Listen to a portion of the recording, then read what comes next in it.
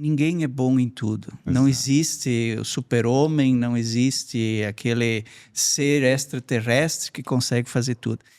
Quando eu trabalhei nessas empresas no passado, sim, eu sempre precisei criar, ajudar a empresa a criar equipes de alto desempenho. E na época, eu estudei muito teorias de como montar equipes boas e gostei muito de uma teoria que é descrita no livro de Marcus Buckingham, que é Now Discover Your Strengths, onde fica muito claro que você tem que investir naquilo para qual a pessoa foi desenhada para. Isso quer dizer o seguinte: ninguém é bom em tudo. Exato. Não existe o super-homem, não existe aquele ser extraterrestre que consegue fazer tudo. O que existe é a complementariedade de atividades. Então, o empreendedor ele pode ser muito bom em ideias, em persistência, em resiliência, mas ele pode não ser bom em execução, né? Perfeito. Então, o que a gente vê na história das empresas é que sempre um grande empreendedor, alguém que realmente conseguiu mudar uma indústria ou criar algo diferente, ele teve o apoio de várias pessoas que o complementavam naquelas fraquezas que eles tinham, que ele tinha. Então, eu acredito muito nisso. Eu acredito numa equipe forte. Não acredito em pessoas somente fortes, porque cada um tem a sua aptidão e aquilo para a qual a sua cabeça foi desenvolvida. Então, eu creio que essa complementariedade de atividades é o que traz sucesso para as empresas. E isso aí que você está falando também cai muito porque a gente está falando do empreendedor que muitas vezes, por ter um ego às vezes muito alto, não quer dividir ou não quer jogar falar, não, é ele que me ajudou a, né? E que não, sou eu que sou, né? Eu. Né? Tem a palavra, né? Que vem depois. Mas assim, o que acontece? Porque eu imagino que também é nesse ponto. Se eu estou montando uma coisa, eu procuro ter que... O grande negócio do empreendedor é o quê? Que no meu caso eu faço eu não sou tão bom em venda ou relacionamento. Por exemplo, de venda e tal. Pô, o Walter é melhor que eu. Vou chamar o Walter, vou pegar ele do meu lado. Pô, ele é bom, melhor do que eu para falar e tudo mais. Tal. Então, Walter, vamos andar comigo. Porque eu preciso de um cara bom do meu lado. E às vezes, isso no empreendedor, mas no executivo também tem muito disso, né? Porque você é o executor lá em cima. Só que se você não tiver um cara ali que executa aquilo que você precisa que seja executado, também complica a sua vida, né? Não tenho dúvida. Na verdade, a minha visão é que cada elemento da empresa tem que saber mais do seu assunto do que eu mesmo, né? Então, um vendedor, ele tem que ser bom em vendas, muito melhor do que eu, e eles são melhores do que eu em vendas, obviamente, porque isso que traz essa complementaridade. Quer dizer, tem pessoas que são mais do relacionamento, tem pessoas que são mais técnicas de análise crítica, e botar toda essa turma junto, trabalhando, é o grande segredo, né? Que as empresas precisam trabalhar. Trabalhar juntos, em harmonia, me parece ser o grande caminho assim, para o crescimento das empresas, né?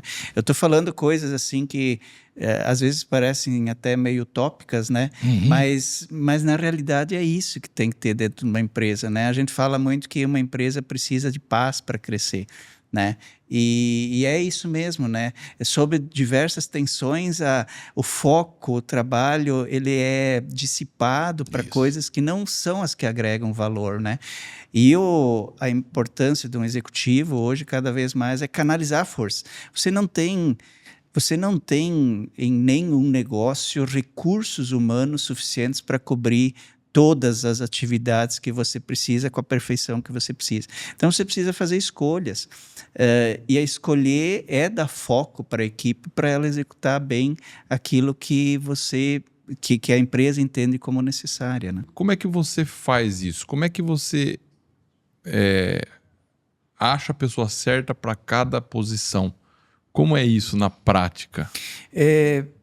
Às vezes a gente acha que é muito complexo, mas hoje existem técnicas muito avançadas para fazer isso. Então, você tem que, eu sempre vejo assim, primeiro você tem que saber que cadeira que a pessoa vai sentar. Como é que é essa cadeira? Quais as nuances que estão por trás dela? O que você espera de entrega daquela cadeira? Definindo muito bem a cadeira, você define quem vai ocupar ela, né? Porque dependendo do tipo de cadeira, vai depender o perfil. Às vezes você tem uma cadeira lá que você precisa de um perfil mais técnico, né? Existe uma ferramenta que a gente usa muito que é o DISC, né? Então ele tem que ser mais estável e mais detalhista, uma função técnica.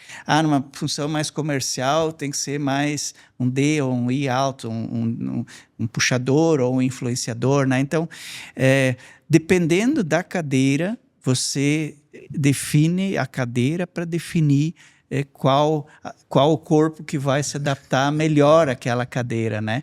E aí, depois você começa a trabalhar o aspecto conhecimento, né? Porque conhecimento você dá.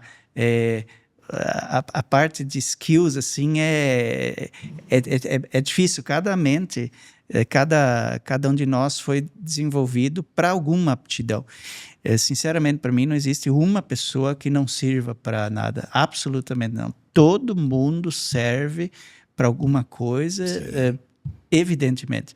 Basta nós encontrarmos o melhor lugar onde ele se sinta mais confortável e aí a entrega acaba sendo exponencial, melhor do que você está.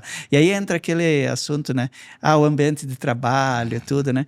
Poxa, uma pessoa que está trabalhando no lugar que gosta e que foi... Que as entregas do que se espera deles são justamente ligadas ao espectro de que a sua mente foi trabalhada, me parece ser um ambiente bem salutar. Então, nessa linha que a gente sempre trabalha. Tá, uma coisa que a gente sempre conversa assim, mas hoje nós estamos conversando com o senhor, então eu queria fazer uma pergunta direta nesse sentido.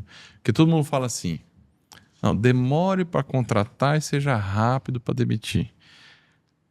Isso na teoria é maravilhoso, mas na prática não é tão assim que funciona, porque muitos que eu já conversei falaram, o meu grande erro, se eu posso dizer assim, é que eu demorei para demitir. Porque acontece, a gente acaba, né?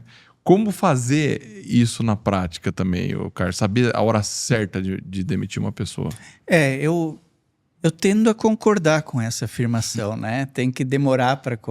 né? Como eu estava explicando, o processo de você entender corretamente a vaga que você tem, o processo de você descobrir quem melhor pode sentar naquela cadeira, ele não é um processo do dia para a noite. Ele exige análise de perfil, análises psicológicas, às vezes até você vai promover uma pessoa, aí é o conhecimento que você teve da pessoa dentro da empresa. Então, eu tendo a concordar que o processo de contratação deva ser cada vez mais bem elaborado, minucioso, para você acertar. Porque, às vezes, as empresas contratam uma pessoa, ela fica 2, 3 anos, e aí você chega no momento de ter que demitir ela. Poxa, mas aí... você já investiu recursos para capacitar ela, você talvez inibiu a possibilidade de uma outra pessoa que tinha uma aptidão melhor para aquele cargo estar trabalhando ali. Então, eu gosto de investir bastante tempo na definição da pessoa correta, para depois não precisar fazer o corte. Sinceramente, para mim, quando a gente tem que demitir alguma pessoa, e, obviamente, na minha vida eu já fiz inúmeras demissões, né? Mas é um momento ruim para os dois lados. A empresa, porque precisava daquele profissional para algumas entregas, e para o profissional também, porque ele projeta uma carreira, ele projeta um estilo de vida e tudo pautado naquilo que ele tem de disponibilidade naquele momento. Então... não gosto muito de demissões, porque aí alguma coisa não deu errado no contrato que se fez lá na frente, né? Então, eu acho que vale mais a pena investir um pouco mais de tempo sempre em quem vai ocupar aquela cadeira, para não ter o desfecho de uma eventual demissão, né? Eu gostei demais, mas demais, mesmo porque eu nunca tinha pensado nisso, nessa questão de moldar a cadeira primeiro, ou seja, saiba o que você quer que aquela cadeira entregue, para depois você procurar a pessoa, porque muitas vezes você vê um cara, nossa, esse cara vai ser muito, e taca ele na cadeira, desmonta. Você pode tornar um excelente técnico num péssimo administrador, ou um excelente administrador num péssimo técnico e vice-versa. Então, me parece que ainda eu sinto que as empresas investem pouco tempo nisso, né? Sim. Eu, pessoalmente, há muitos anos, invisto bastante tempo nisso. Tem que escolher certo.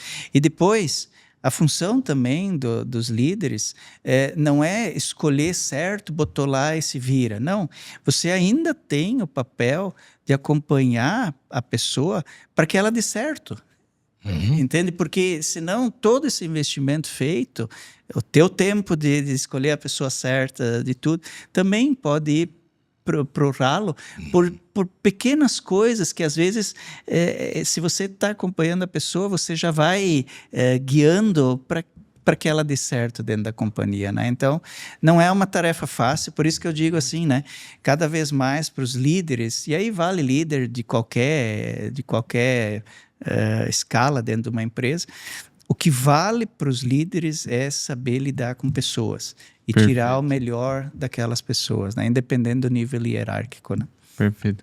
É o que a gente fala muito em fazenda, né? Às vezes você tem o melhor tratorista, você bota ele de gerente. Aí daqui a pouco você perdeu o gerente e o tratorista, né? Exatamente. Que você vai ter que dispensar ele, porque ele não volta mais lá e você ficou sem. E às vezes ele tinha um salário como gerente, como tratorista, ele estava satisfeito com a família organizada em torno daquela remuneração, aí você bota ele como gerente. Aí, de repente, você, dali a um ano, tem que tirar ele de gerente. Poxa, você rompeu com toda a cadeia familiar da pessoa, tudo, né? Então, eu vejo, assim, a responsabilidade nossa como executivos de empresas dos mais diversos ramos é pensar muito na pessoa, né? Quem você vai botar no teu barco? Como ele vai ser, que lugar vai estar, acompanhar ele, é uma tarefa que não é nada fácil. Né?